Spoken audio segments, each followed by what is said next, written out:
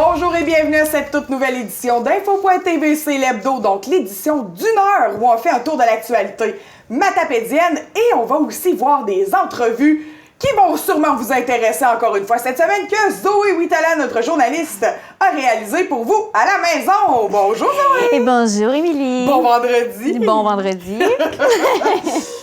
On va commencer avec les chiffres de la COVID. Oui, effectivement, la COVID-19 en ce 22 janvier 2021. L'état de la situation selon le 6 du Bas-Saint-Laurent. Oui. Dans le Bas-Saint-Laurent, 4 nouveaux cas aujourd'hui pour un total de 1450.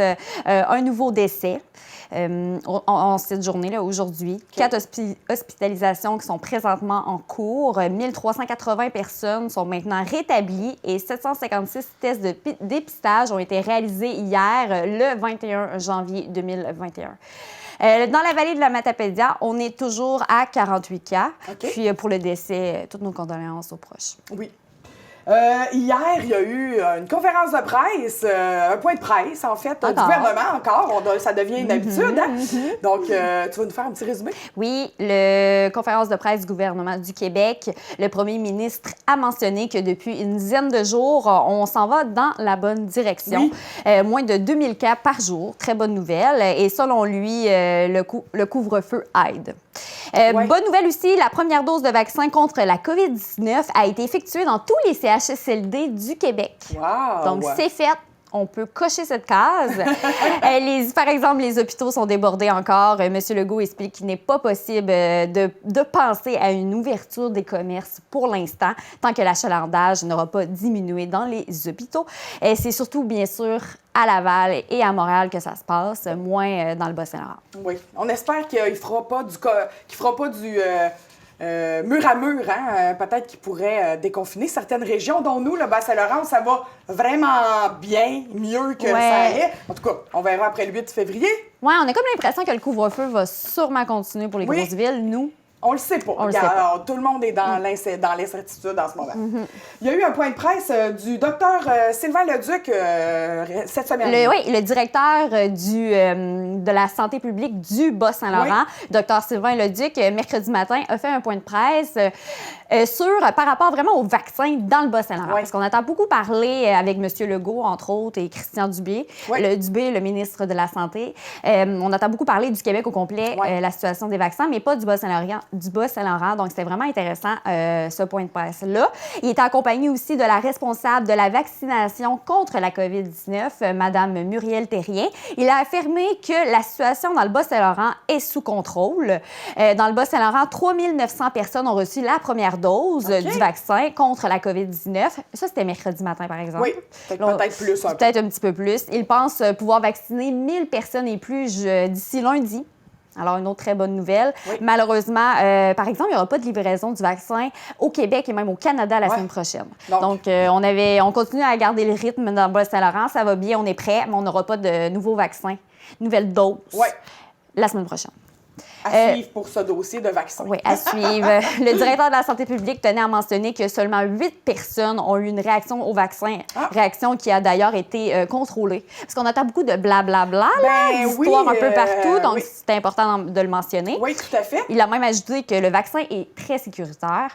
Puis présentement, s'il n'y a pas de grippe ni de rhume, donc si jamais vous avez des symptômes, c'est probablement la COVID-19, donc on va se faire dépister. OK, fait que nez qui coule, on tousse, de la fièvre, allez vous faire dépister automatiquement. Il n'y en a pas de rhume parce qu'on se lave tellement les mains puis on est tellement masque et tout que ça circule pas, ce virus-là. C'est quand même une bonne nouvelle, par exemple, parce que là, c'était tout mélangé. Là, ouf, ça aurait été quelque chose si la grippe aurait rentré dans les foyers personnes âgées en plus de la COVID. OK, on va pas là. Oui, on va pas là. Pas de scénario catastrophe aujourd'hui. Donc, on a besoin de pompiers volontaires. À Saint-Vianney et à Saint-Léon-le-Grand, chaque caserne d'incendie de la MRC de la Matapédia doit avoir maximum un minimal de 8 pompiers par caserne. Donc, 8 pompiers disponibles et prêts en tout temps d'intervenir. Présentement, les casernes de Saint-Vianney et Saint-Léon-le-Grand n'ont pas assez de pompiers. Ils sont donc menacés de fermeture à court terme. Ça serait vraiment plate et dangereux. qu'on n'aille Oui. pas de caserne à Saint-Vianney et Saint-Laurent-le-Grand. Alors, Oui. nous vous invitons à soumettre votre candidature au plus tard le vendredi 30 avril prochain, 2021. Par courriel, vous avez le courriel en bas de l'écran. Oui. Puis, pour toute question supplémentaire concernant le dépôt de votre candidature, parce qu'il faut avoir 18 ans et plus, il y a plusieurs choses à... Il y a plusieurs critères, là. Plusieurs critères à avoir. Donc, vous pouvez contacter M. Ghislain Paradis, le directeur du service incendie, au numéro de téléphone ci-dessous.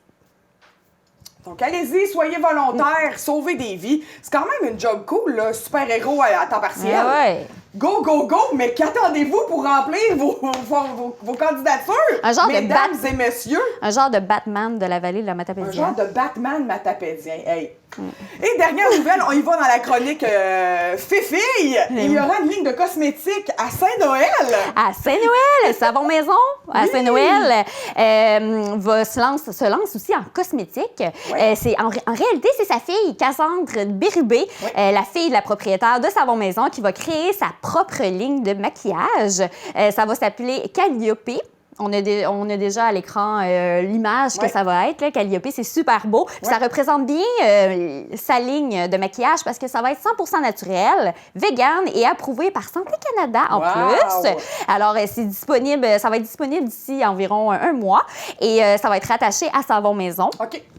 Puis la gamme va commencer avec un gloss pour les lèvres, 4 différents, un mascara et un eyeliner. Puis il vous invite à, si jamais vous avez d'autres idées, d'autres demandes, des besoins de maquillage, d'aller sur leur page Facebook Savon Maison, puis vous pouvez le proposer, puis ils vont regarder si ça se peut. Ben vite, je m'en vais passer 3-4 commandes pour moi-même. Hein? Vous savez que je suis quelqu'un qui consomme beaucoup de maquillage. Alors, merci beaucoup, Zoé! Tout à fait. Je vais en acheter, c'est sûr. Mais je vais commencer à maquiller. Vous allez voir, mesdames et messieurs, à la maison, je vais devenir... Non, mais on tient à dire, par exemple, achat local, oui, c'est important. Très important. Puis c'est super bon pour la santé en plus. Voilà. Ben merci beaucoup, Zoé, pour ce tour d'actualité. On s'en va à une courte pause et ensuite, on s'en va regarder les entrevues que tu as réalisées pour nous.